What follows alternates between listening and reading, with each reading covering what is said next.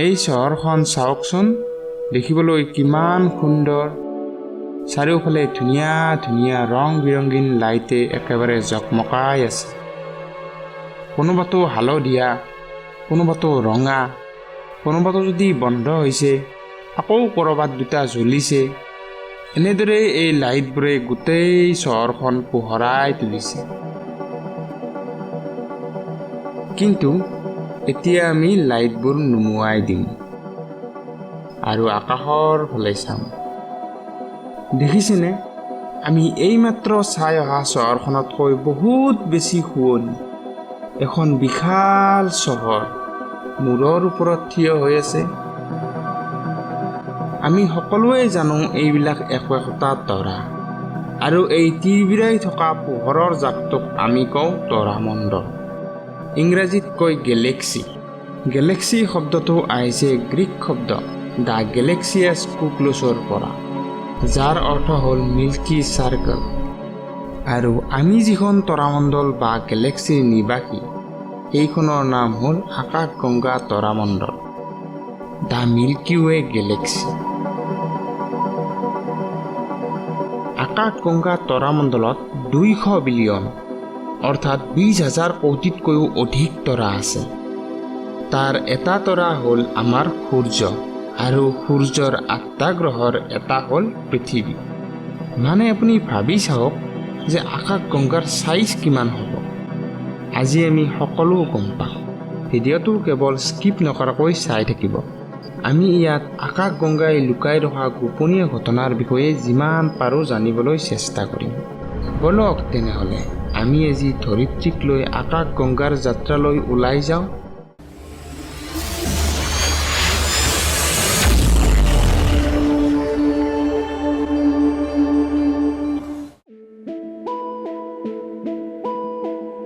যাত্ৰা আৰম্ভ কৰাৰ আগতে আমাৰ আকাশগংগাৰ বিষয়ে কেইটামান কথা জানি লওঁ, নহ'লে অচিনাকি ঘৰ এটাত ইনভেষ্টিগেশ্যন চলোৱাৰ নিচিনা হ'ব। প্ৰথমতে আমি জানি লওঁ আমাৰ তৰামণ্ডলৰ প্ৰকাৰৰ বিষয়ে।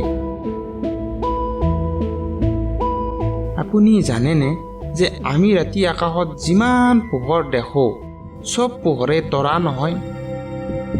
তাৰ ভিতৰত কিছুমান হ'ল একোখন সুকীয়া তৰামণ্ডল। আমাৰ তৰামণ্ডলৰ বাহিৰেও ব্ৰহ্মাণ্ডত যে অন্য তৰামণ্ডলো আছে, এই বস্তুটো আৱিষ্কাৰ কৰিছিল এষ্ট্ৰনমাৰ এডমিন হাবলে। ইয়াৰ ৰহস্য কিন্তু চাৰ্লছ মেছিয়াৰৰ দিনৰ পৰাই চলি আহি আছিল। যি কি নহওক, লাহে লাহে টেকন'লজি আপগ্ৰেড হ'ল, আৰু এষ্ট্ৰনমাৰসকলে গম পালে যে সকলোবোৰ গেলেক্সিয়ে আকৌ একেই নহয়। ইহঁতৰ আকৃতিৰ মাজত ডিফাৰেঞ্চ আছে। তেওঁলোকে গেলেক্সিবিলাক দুটা ভাগত ভাগ কৰিলে। এটা হ'ল ইলিপ্টিকেল আৰু আনটো হ'ল স্পাইৰেল। ইলিপ্টিকেল গেলেক্সি মানে তৰামণ্ডল, কনফিউজ নহ'ব।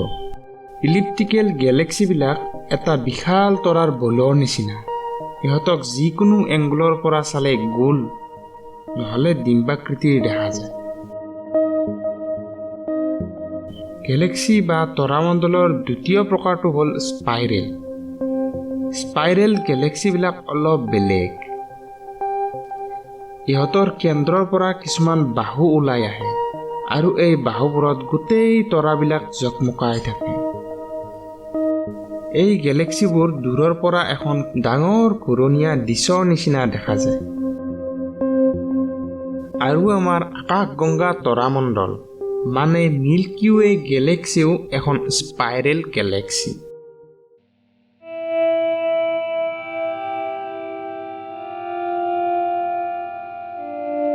স্ক্ৰীনত যে এই পিকচাৰখন দেখিছে, এইখন আকাশগংগাৰ ফটো। পৃথিৱীৰ পৰা লোৱা এই ফটোখন আকাশগংগাৰ সকলোতকৈ ডিটেইলছ ফটোৰ ভিতৰত এখন।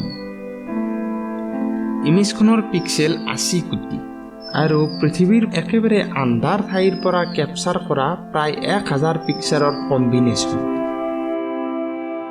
কিন্তু পৃথিৱীৰ পৰা দেখা পোৱা মিল্কী ৱেৰ এইটো মাত্ৰ এটা সৰু অংশ।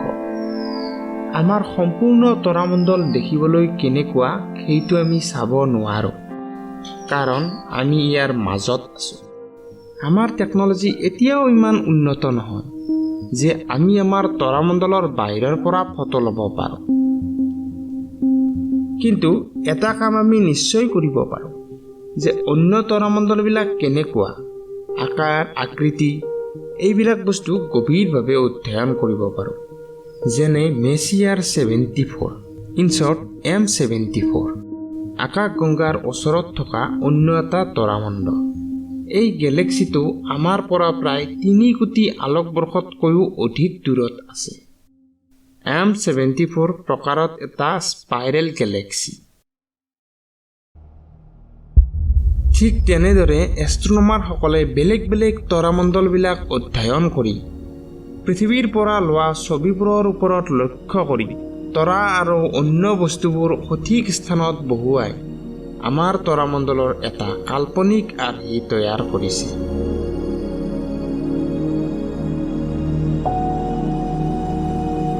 দেখিবলৈ ইয়াক বহুত ধুনীয়া, নহয়নে?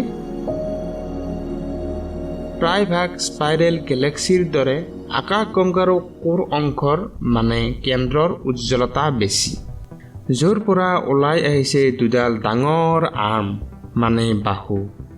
তাৰ এডালৰ নাম স্কুটাম চেণ্টাৰাছ আৰু আনডালৰ নাম হ'ল পাৰ্চিয়াছ আৰ্ম। তাত বাদেও ইয়াত 3ডাল সৰু সৰু বাহুও আছে। আমাৰ তৰামণ্ডল ইটো মূৰৰ পৰা অপজিট সিটো মূৰলৈ প্ৰায় 1 লাখ আলোকবৰ্ষৰ এক বিশাল এলেকাত বিয়পি আছে। 1 আলোকবৰ্ষ মানে 1 বছৰত পোহৰে যিমান কিলোমিটাৰ যাত্ৰা অতিক্ৰম কৰে। আপুনি অনুমান কৰিব পৰাকৈ আলোকবৰ্ষৰ কনচেপ্টটো অলপ এক্সপ্লেইন কৰি দিছোঁ। 1 ছেকেণ্ডত পোহৰে 3 লাখ কিলোমিটাৰ যাত্ৰা অতিক্ৰম কৰে। তেনেহ'লে 1 মিনিটত হ'ব 3 লাখ পূৰণ 60 = 1 কোটি 80 লাখ কিলোমিটাৰ। তাৰ লগত যদি আৰু 60 মাল্টিপ্লাই কৰি দিওঁ = 108 কোটি কিলোমিটাৰ। ইমানখিনি হ'ল পোহৰে 1 ঘণ্টাত অতিক্ৰম কৰা দূৰত্ব। এতিয়া এই ভেলুটোৰ লগত 24 মাল্টিপ্লাই কৰি দিওঁ, তেতিয়া ৰিজাল্ট হ'ব 2592 কোটি কিলোমিটাৰ। এইটো হ'ল পোহৰে 1 দিনত অতিক্ৰম কৰা দূৰত্ব।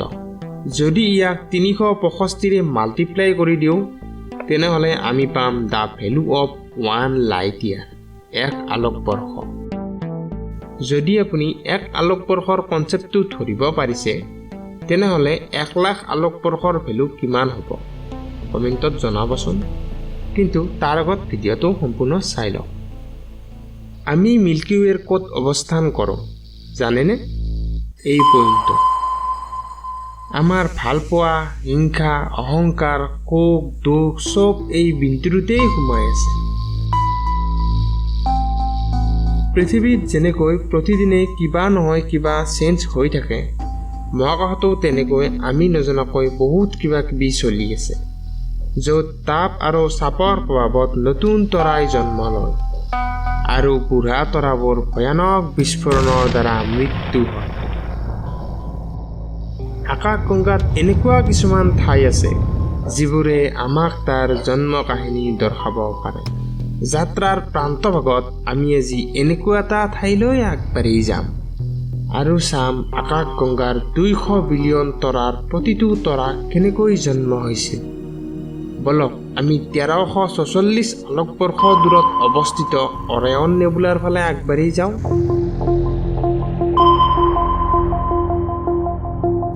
ইমানখিনি দূৰত্ব আমি যদি পোহৰৰ বেগেৰেও গতি কৰোঁ তেতিয়াও প্ৰায় 1400 বছৰ সময় লাগিব। কিন্তু এই যাত্ৰাত আমি সময়সীমাৰ বান্ধনৰ পৰা সম্পূৰ্ণ মুক্ত পৃথিৱীৰ ওপৰত উঠি কল্পনাৰ সাগৰেৰে কেৱল উৰি গৈ আছোঁ। আৰু এতিয়া আমি আহি পালোঁ অৰায়ন নেবুলাৰ ওচৰত।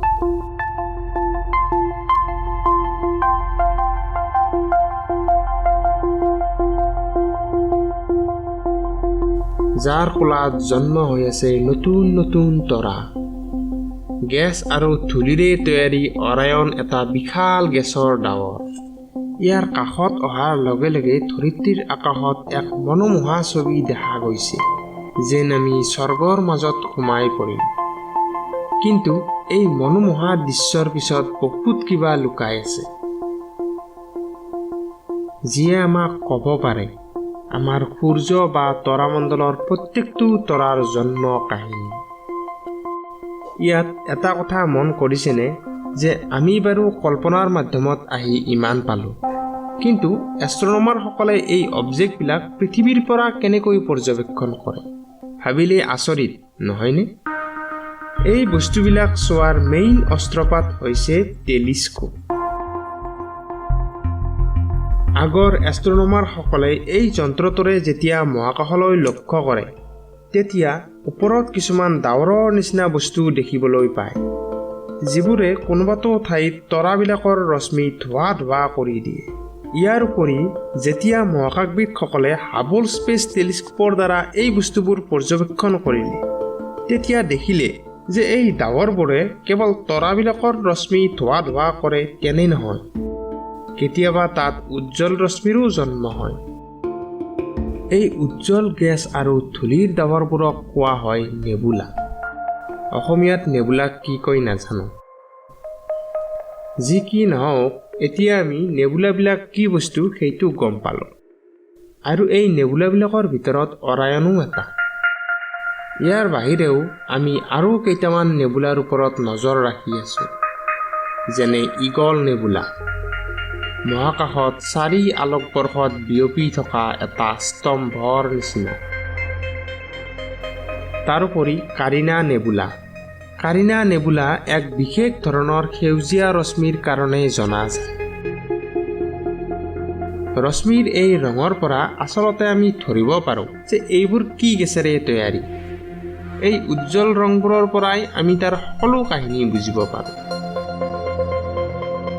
টেলিস্কোপেৰে আমি ইমান দূৰৰ বস্তু দেখিছোঁ ঠিকেই, কিন্তু তাৰ ভিতৰত এনেকুৱা কিবা এটা ঘটি আছে যিটো আমি চাব পৰা নাই।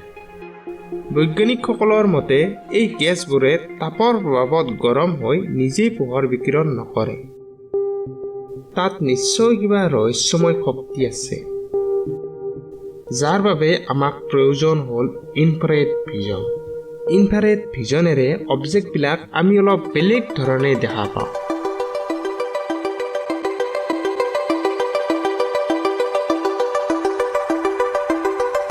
হয়, এই সৰু সৰু পোহৰৰ বিন্দুবোৰ বেলেগ নহয়, এইবোৰ নতুনকৈ জন্ম হোৱা তৰা।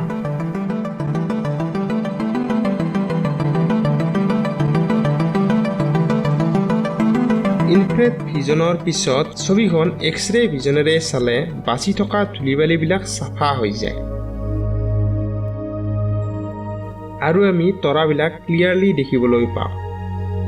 এষ্ট্ৰনমাৰসকলে অৰায়ন নেবুলাৰ ৰশ্মিবোৰ অধ্যয়ন কৰি পাইছে যে ইয়াত থকা কিছুমান তৰা একেবাৰে নতুন, জন্ম হোৱাৰ মাত্ৰ কিছু লাখ বছৰহে হৈছে।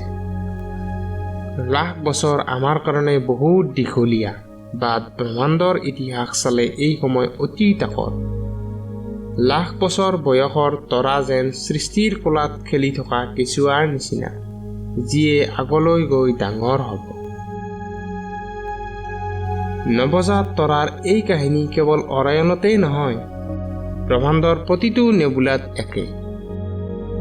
গতিকে আমি গম পালোঁ যে নেবুলাই নতুন তৰাৰ জন্ম দিয়ে, কিন্তু এই প্ৰক্ৰিয়াত লাখ লাখ বছৰ সময় লাগে।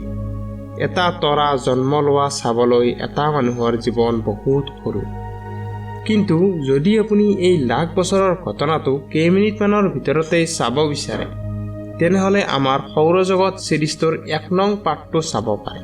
তাত অলপ হ'লেও ঘটনাটোৰ বিষয়ে বুজি পাব। সেইটো বাৰু পাছত চাব, ডেছক্ৰিপশ্যনত লিংকটো দিয়া আছে।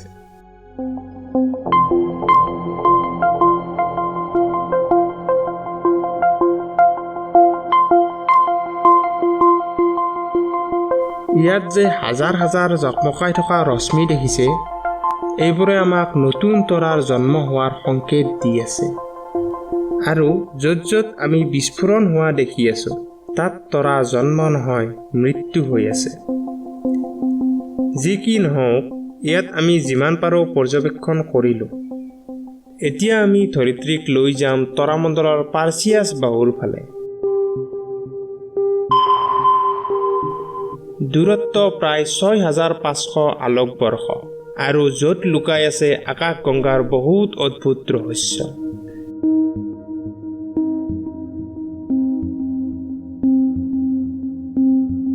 এইটো ক্ৰেপ নেবুলা।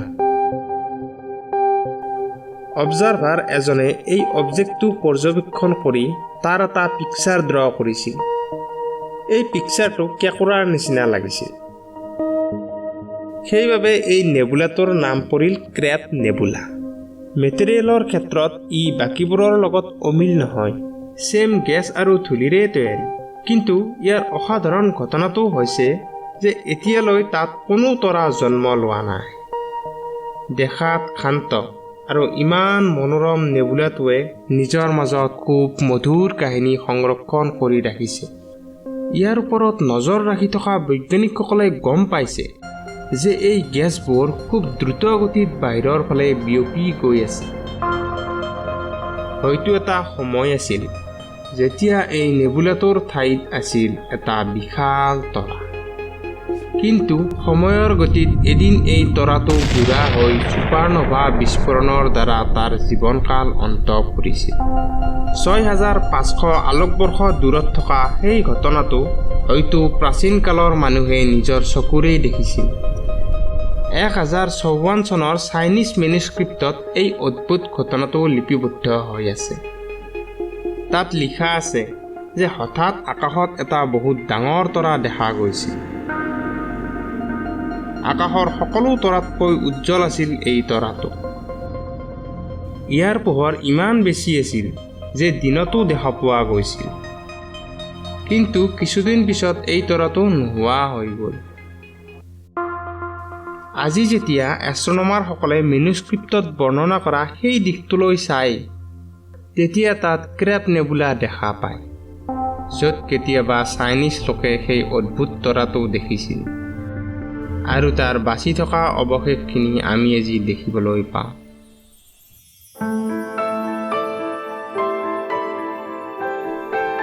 আমাৰ তৰামণ্ডলৰ বাহুবোৰ এনেকুৱা বহু ৰং বিৰংগীন নেবুলাৰে ভৰি আছে, যিবোৰ আমি নেক্সট খণ্ডত জানিব পাৰিম।